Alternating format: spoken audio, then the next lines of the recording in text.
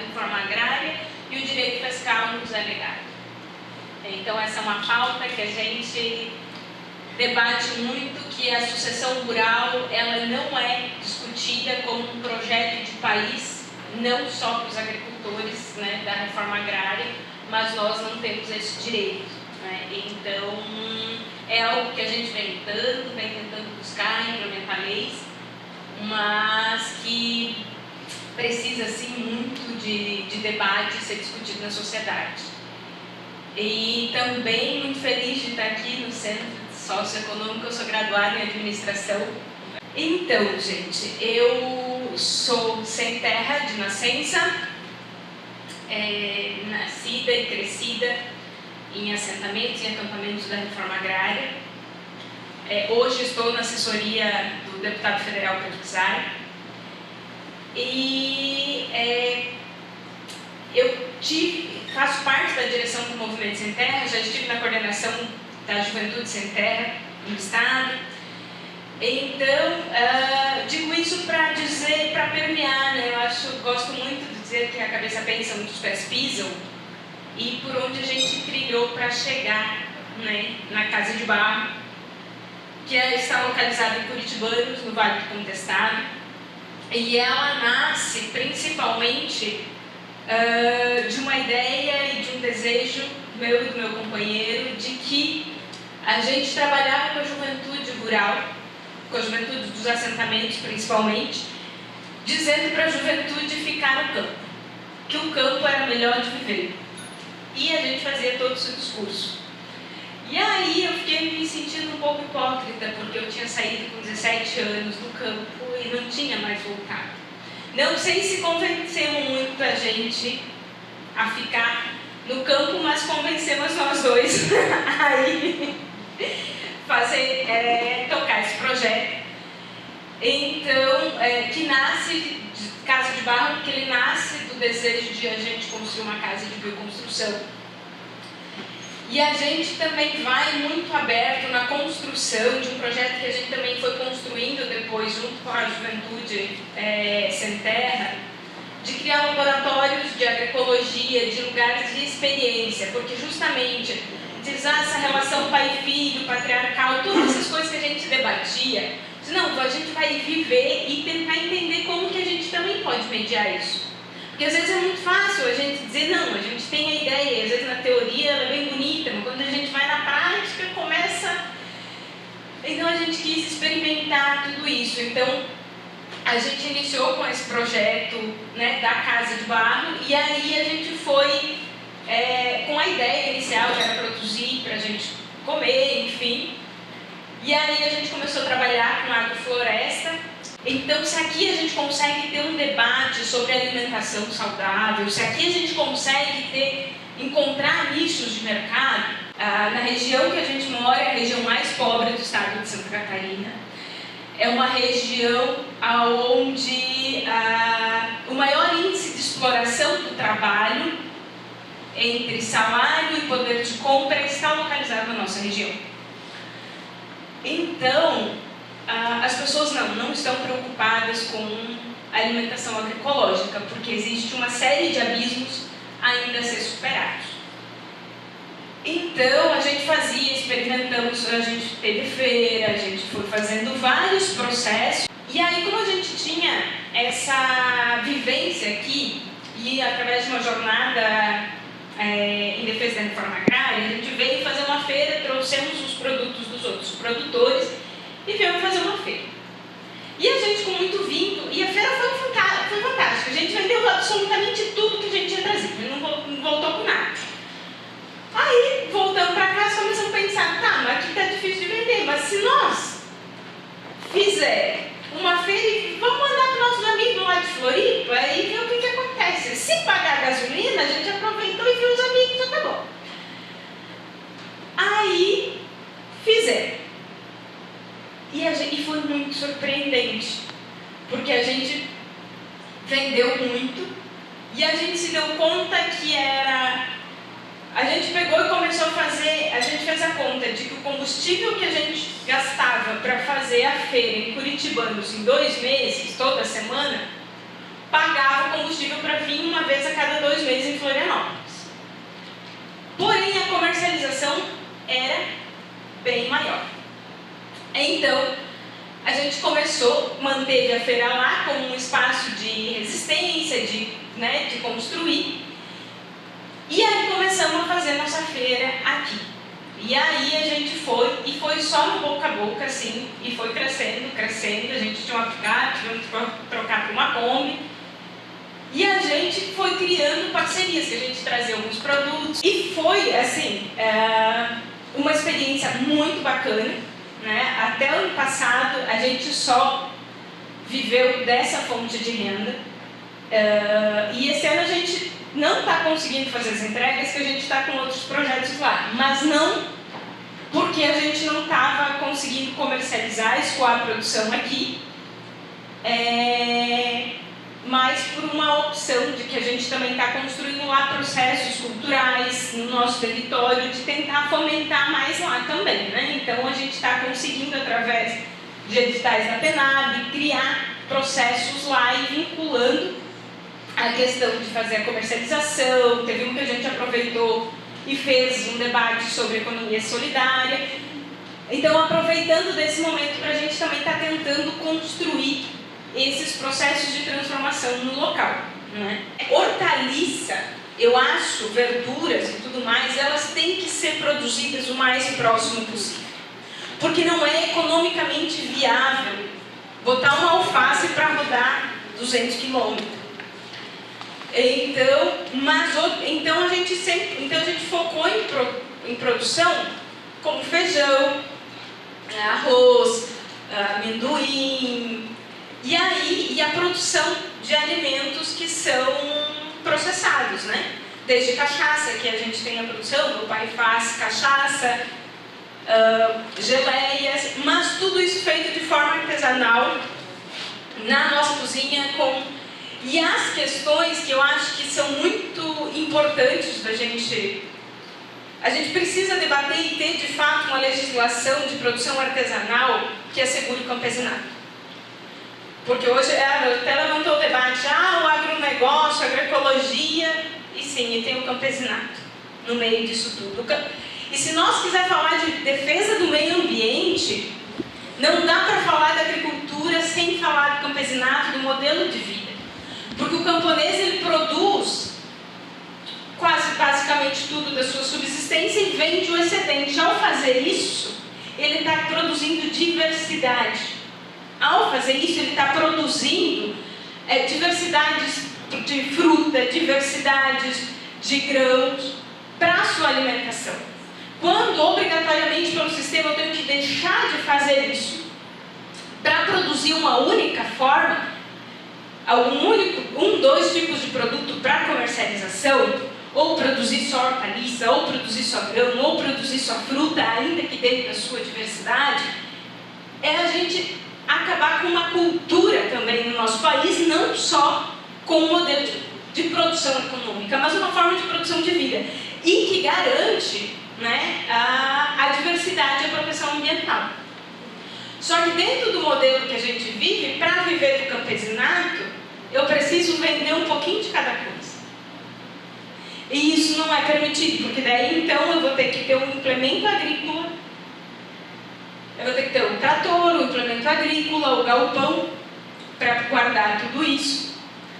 Aí eu vou ter que ter o galpão para guardar a minha produção. Aí eu vou ter que ter uma agroindústria para mim processar os meus vegetais, fazer as minhas conservas, as minhas geleias. Aí eu vou ter que ter uma outra agroindústria para mim produzir o meu queijo. Aí eu vou ter que ter uma outra agroindústria para mim produzir o meu sabão. E qual que é o custo disso? É o agricultor que vai ter que arcar com todo esse custo? Isso se torna economicamente impossível. A gente mal dá conta de comprar os implementos do trator, quer tirar do resto.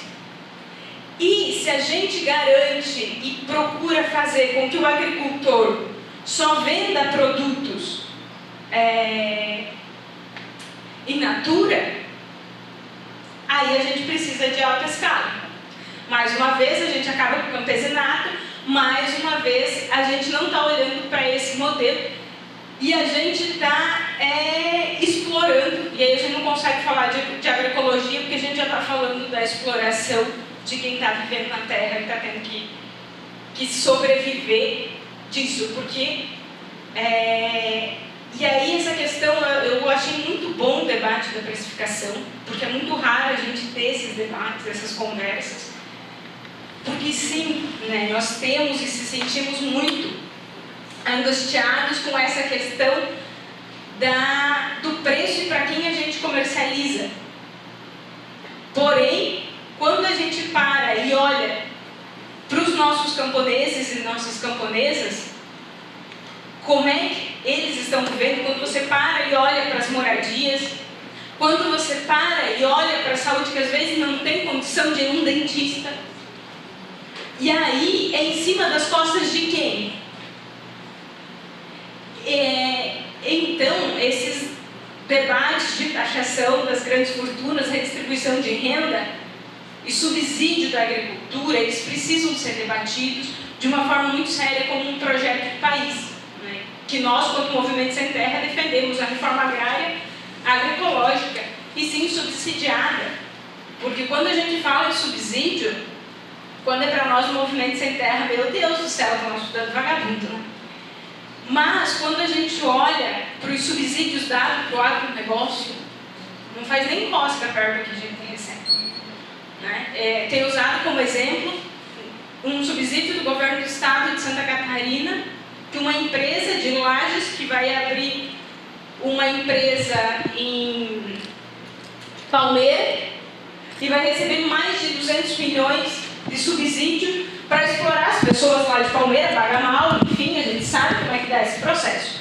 Mas para isso ele vai receber mais de 200 milhões de subsídio. E nós, o que estamos recebendo de subsídio do Estado, né? Temos alguns projetos, temos alguns programas, mas eles nunca partem da seguinte questão, que a imensa maioria dos nossos camponeses e camponesas tem a 4ª série, que a gente não tem o nosso acesso à internet é precário, então que a gente tem uma casa que demanda, que não tem, muitas vezes está bem precário, e aí o que a gente ganha, a gente acaba investindo tudo de volta na produção, no galpão, no implemento, no insumo, para produzir, para conseguir sobreviver. Então, debater essas questões econômicas, essas questões da legalidade de alguns produtos, né? Porque a gente não pode colocar a Nestlé e o camponês na mesma legislação, porque não cabe, porque não existe risco de contaminação na produção de um produto, de 5, 10 produtos e de milhões, né? Então, a gente precisa, né, quando sociedade está debatendo essas questões da amplitude, e como muito bem foi dito aqui, agora não me recordo porque, isso não é responsabilidade de nós camponeses. Se for esperar que nós, os camponeses, vamos resolver essa bagaça, gente, sinto dizer para vocês, ela não vai ser resolvida e cada vez mais a cidade vai ser abastecida com ultraprocessados. Então, essa construção do que a gente quer se alimentar precisa ser um debate coletivo. A forma de produção sobre as nossas terras, a forma como nossas terras são utilizadas em todo o país, precisa ser um debate coletivo. E de toda a sociedade. Porque ela impacta toda a sociedade, né? Se eu faço uma agrofloresta, eu estou impactando de um jeito. Se eu faço uma monocultura de soja, eu estou impactando de outro jeito. E isso precisa ser olhado e ser debatido sobre qual modelos e formas nós queremos, como sociedade, fazer, assim como leis que nos digam, né? Eu até tenho provocado bastante nessa questão da reforma agrária, que a gente precisa rediscutir a função social da terra. Porque quando a função social da terra foi criada, a gente não estava por urgência climática. Agora a gente tem urgência climática. Monocultivo, em época de urgência climática, a terra cumpre a função social? a gente precisa debater e conversar com a sociedade sobre isso. Então, outra questão, que para mim é um subsídio muito caro, que a gente não se percebe. O que as universidades estão pesquisando? As universidades estão pesquisando como que a gente vai resolver urgência, emergência climática, como que a gente vai sobreviver e organizar a vida a partir disso? Digo, estão em quantidade, em comparativo, porque eu sei que tem pesquisa muito boa nesse campo, eu sei que tem professores que estão pesquisando agrofloresta, eu sei que isso existe. Mas quantas, né? No curso de agronomia, quantas pesquisas são da soja, quantas são para agroecologia, para agricultura familiar? Né? Dentro da administração, então, qual que é a porcentagem? Isso é subsídio. Porque a pesquisa retorna para a sociedade na forma como a gente vai se organizando e vai se apropriando disso. Então, o agronegócio, a produção dos ultraprocessados, que chega para nós, ela é muito subsidiada. Se a gente colocar na ponta do lápis, a começar pelas terras, pela forma como essas terras foram apropriadas e arrancadas das pessoas, o agronegócio é muito subsidiado. E qual que é o retorno que a gente tem socialmente? E a agricultura familiar, né? Então, a gente, dentro do processo que a gente faz na Casa de Barro, do nosso processo de produção, comercialização, a gente perpassa por todos esses debates. E para nós, essa questão, essas preocupações são bem mais amplas e muito mais. A gente brinca, a gente não está preocupado em produzir mais, a gente quer tocar mais pessoas para que a gente se transforme coletivamente, porque senão não vai adiantar, não vai ter planeta para nós continuar debatendo e vivendo e produzindo mais mesmo, né? E aí, dentro desse processo de debater, de construir, algo que eu acho que daí, para finalizar pelo horário, que eu gosto muito do que a gente também tem feito lá, foi começar a olhar para as frutas nativas. Porque a gente tem, no Brasil, mais de 300 frutas nativas. Das 9 frutas nativas mais consumidas no nosso país, apenas 3 são nativas. E quando a gente começa a olhar para o lugar, se relacionar, fazer agrofloresta e debater sobre isso, a gente começa a se questionar sobre isso. Porque se a gente não fazer um modelo de agricultura que a gente mude a nossa forma de estar, inclusive o que a gente se alimenta, a gente não vai conseguir fazer a mudança necessária. E a gente está cheio, e o Norte e o Nordeste tem muitos a nos ensinar sobre essa questão das frutas nativas. Porque a gente encontra muito, mas nós da Mata Atlântica aqui estamos começando agora. E nós precisamos olhar para isso, para as nossas guavirobas, para os vacunos, guamirim, para os guabiju. E aí, dentro disso, a gente começou a pensar formas também de fazer produtos a partir dessas frutas. Porque, sim, a gente tem nosso parreiral lá, a gente produz pêssego, mas se nós terminar com todos os nossos guamirinzais para plantar uva, a gente não vai resolver nosso problema ambiental, né? Então, a gente pode encontrar formas de produzir, às vezes, nosso alimento limpo, mas a gente não vai estar respondendo à necessidade ambiental que a gente necessita. Então, a gente começou a olhar para isso e pensar nisso também como uma renda. É bem mais fácil para nós, agricultores, produzir e cuidar de frutas que são nativas, do que a gente implantar uma planta que não é dali, ter que fazer, garantir que ela produza. Só que aí a gente esbarra de novo. Daí é nós, mais uma vez, o agricultor na cara e na coragem tentando. Porque se você quiser saber como é que se poda uma guaviroba, não tem pesquisa. Se você quiser saber como é que tu aduba um tarumã, não tem pesquisa. Então, agora, se você quiser saber sobre pêssego, minhas almas. Uva, então, chove pesquisa. Então, a gente precisa também desse retorno, dessa construção, que ela se dá de forma ampla e coletiva, e por todos os campos, né? Ela precisa ser nesse ciclo para que a gente encontre as respostas, e é muito legal a gente ter, eu sempre comentava, né, eu disse, nossa, eu adoro financeiro, porque a gente carece de pesquisas financeiras dentro da agricultura, dentro da agroecologia, para responder, e é muito legal assim, a gente ver a administração tanto dentro desse debate que nos é tão caro, tão importante, porque sim, a agricultura, a agroecologia, a forma como a gente habita, ela é plural, ela é diversa em todas as áreas. Então, precisa e cabe todo mundo dentro dela, né? Então, é muito bacana a gente estar aqui nesse processo. Obrigada.